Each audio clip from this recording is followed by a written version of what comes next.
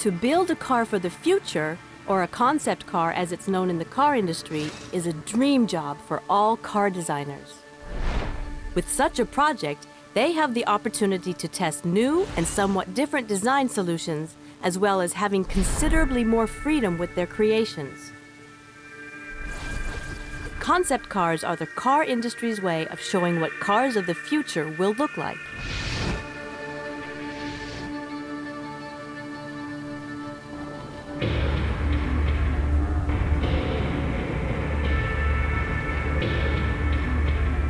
I think it's a good-looking car. Yeah, it's a really nice piece of design. I think Volvo needs better product, and this looks like being better product. I think the concept car really is very well performed.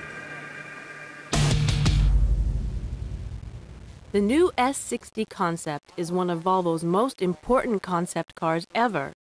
This car must show that it is one of the strongest actors in this segment, where competition is, to say the least, more than tough. Well, I think if you look anywhere around the world at successful premium manufacturers, they have a successful large sedan. It's a big part of our business in North America, it's a big part of business in Europe, and it potentially is a big part of business in other parts of the world. So it's very important to be successful in this particular segment.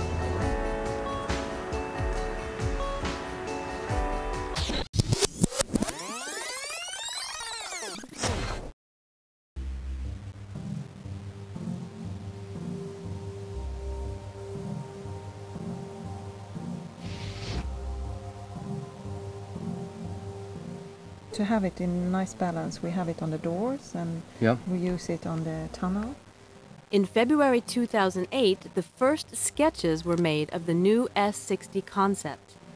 The goal, as it's known in design language, was to lift Volvo's design DNA to a new level. This would be a somewhat sportier and more luxurious Volvo than previous models. The concept car should also give a relatively clear picture of what the new S60 that will be launched next year will look like. Firstly, we have the opportunity now to sort of preview and start showing the public that there is an S60 still coming, that we're continuing on with this emphasis now on putting modern Scandinavian design towards the Volvo brand, taking what we did on the XC60 concept, the XC60 production car, but taking it up into the next level. In the beginning of this concept car project, Steve MATTIN told us that in this particular car we should really strive for expressing premiumness more than perhaps we have ever done in a Volvo car.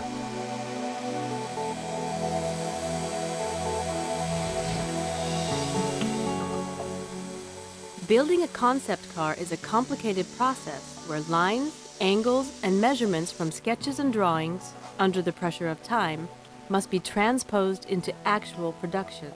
Since early last spring, here at Volvo Concept Center in Gothenburg, they have worked day and night to produce the different parts and components for the new car. These are then test-mounted onto the body of the car, which until now is pretty much pared down to basics. Here, for example, they test how the advanced doors will work.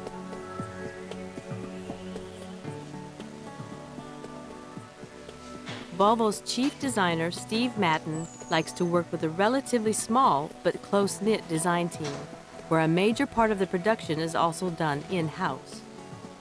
We don't have those same limitations, whether it's from, let's say, a cost issue, from a functionality, the legal issues that we have to work with. It's obviously a very condensed, very tight team of people working in a very short time frame. But within that teamwork, we sort of bounce the ideas off each other. And of course, we can bring in a lot of ideas that we don't have in production, but we want to bring into future vehicles. So using this sort of bouncing ball between each other, we have a very intense, very exciting creative period. And of course, concept cars are probably the funnest or the best part of the job, really. It's extremely rewarding, of course, being a designer and working on a concept car, because from the very first sketches you perhaps see the finished car after, say, 8-9 months or perhaps a year, whereas a real production program can last up till 5-6 years from the very first phases up to the finished car. So far we have the body side like this with these sort of twisting surfaces over the shoulder, as our new interpretation. I loved this whole process of doing this concept car. I mean, first it's a four-door sedan, which is a very sexy, sporty car. And with that proportions, you can really sort of have fun with it, you know, and really try some, emphasize the lamps and give a much more focused look to the front and also aggressive rear and really get some new ideas across. So. Malte Musner works with developing the car's new headlights, a very important detail on a concept car. With the headlights, as with the rest of the car, it's a question of modern Scandinavian design. It is a simplicity which is in, it is a lot of glass, it's clearness, it is definitely not pimp my ride, everything has to have a reason. It is a transparent functionalism, that's what I try to achieve here. And I quite follow this and I quite love it. It's great. It's just great. It is now only 6 weeks before the completed car must roll out of the workshop in a completely finished state. Many of the different components are now also starting to be completed. Virtually every little part developed for the car is built by hand, from fittings to electronics, from bodywork to safety systems. Here, for the very first time, they have the opportunity to test and study the unique seats in a real situation. The design team have put in thousands of hours thinking through every single little detail.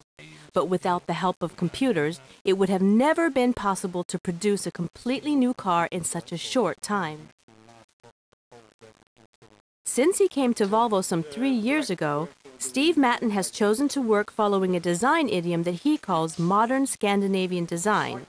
This time, the goal has also been to build a somewhat more luxurious Volvo that emanates the feeling that it belongs in the premium segment. We're previewing how we're developing the design language, starting with some of the core ingredients, some of the core brand strengths that we have, the DNA elements, but we're adding this emotion in, we're adding the dynamism, we're giving the car a lot more character. And if we take, for example, the shoulder, you'll see then here another new interpretation of the shoulder, the double wave shoulder as we call it, actually combining the strength of the shoulder, but with an emotional twist, very much inspired by the environment that we have here, the Swedish coastline, the archipelago, the rock formation.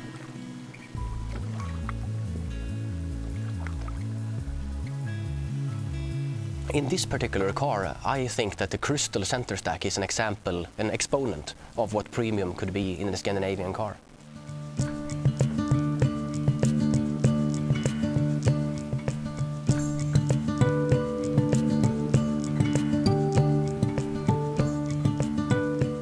Here at the Orrefors Kostaboda Glassworks in Småland in the south of Sweden, they have manufactured glass since 1742.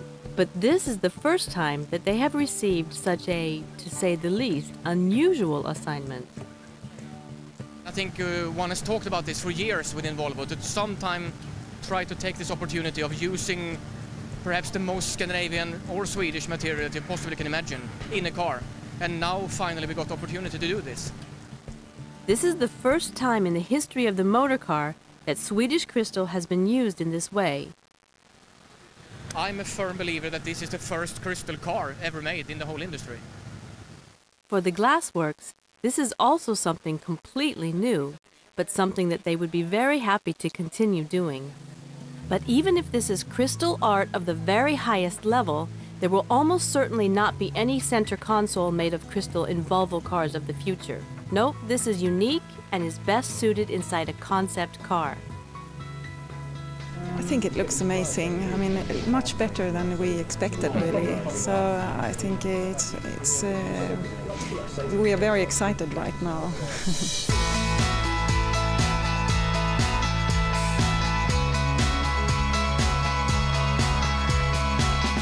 For 3 weeks now, the team have assembled and tested to ensure that all parts work together. And when they finally work, then it's time to dismantle all of the parts again for a final adjustment. At the same time, it's time for the painting of the bodywork.